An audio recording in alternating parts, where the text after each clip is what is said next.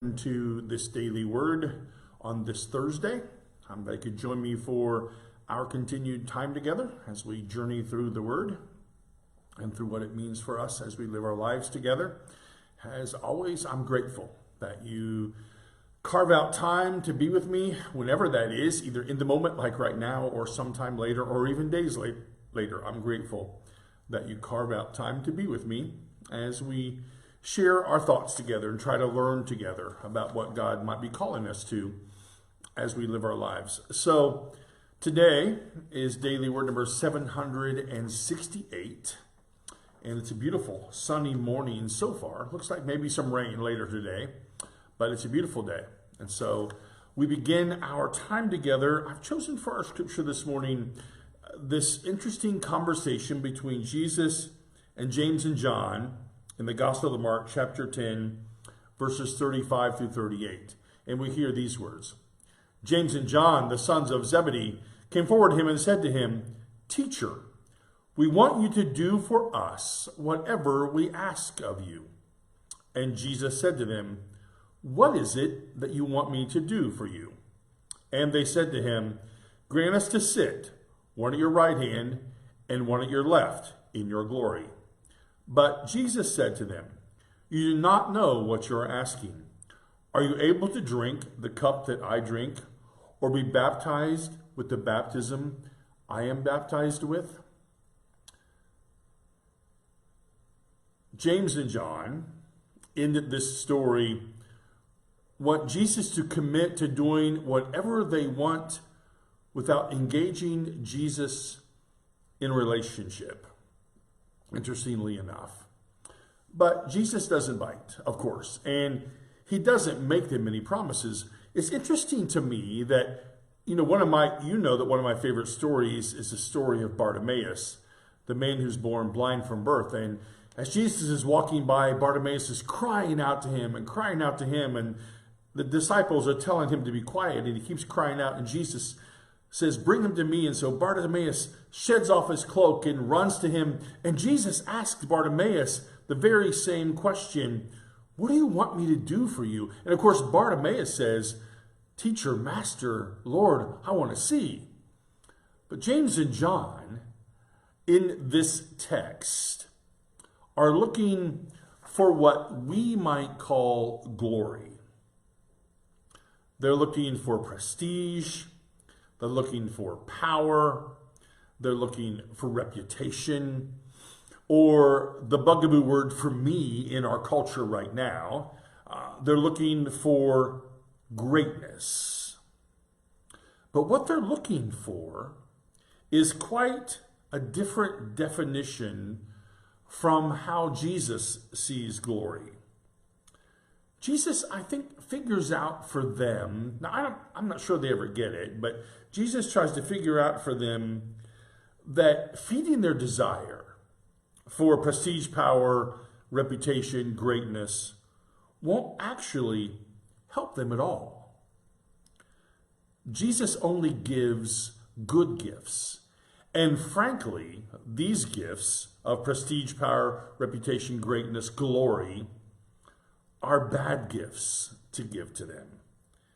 And Jesus also kind of knows and reminds them that they're barking up the wrong tree. That if they want prestige, power, glory, greatness, power, reputation, whatever the word it is, Jesus reminds them that his glory is hardly the place that they're going to find it. Because he says to them, "Look, you don't know what you're asking. If you want the kind of glory that I'm going to have, can you drink the cup that I drink? And can you be baptized with the baptism that I'm baptized with? Because if you can, then that leads you in a different path than you're thinking about." And so this text, this story, this conversation, I think serves as a stark reminder for us when we live in this culture, and maybe it's always been this way, but it sure feels like these bugaboo words are more and more powerful every day, or more prevalent every day, or more in our face every day. Glory, prestige, power, reputation, seeking greatness. And that's not at all what we are called to in our lives if we're to follow Jesus in a remarkable way. That our reputation, that our following, our discipleship is known not of greatness, not of reputation and power and prestige, but of service, but of love, of giving ourselves for each other, of loving our neighbors as ourselves, of loving God with all that we have. That's what Jesus really calls us to in this world where it's so easy to get trapped into the lure of prestige, power, reputation, and greatness, because we do, right? We get caught up in it for some reason, and we lose sight of what it is that God has really called us to. And maybe that's the reason that we've lost touch with each other, that we've lost touch with our neighbors and with our friends and those around us, because in our constant pursuit of greatness as an individual and as a country and as a political party, we've lost sight of what Jesus really calls us to. So if Jesus were to ask us this question that gets asked of James and John and later, of Bartimaeus, what do you want me to do for you? What would our response be? Would it be this response of, well, we want glory, we want greatness, we want power, we want reputation, we want prestige?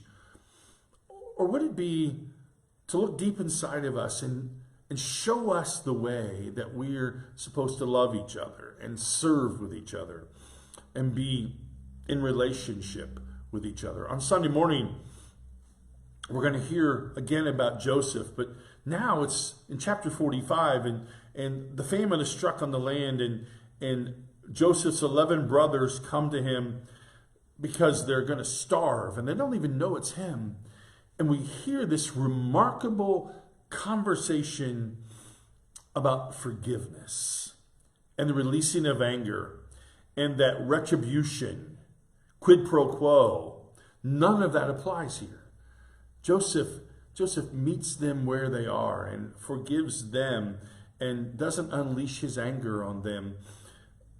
For us, that's what we are called to as well. I didn't say it was easy. Look, this whole idea of forgiveness, this whole idea of letting go of prestige and power and reputation and glory and greatness is hard, because those are the things that we're called to as Americans. We're called to pick up ourselves and achieve greatness.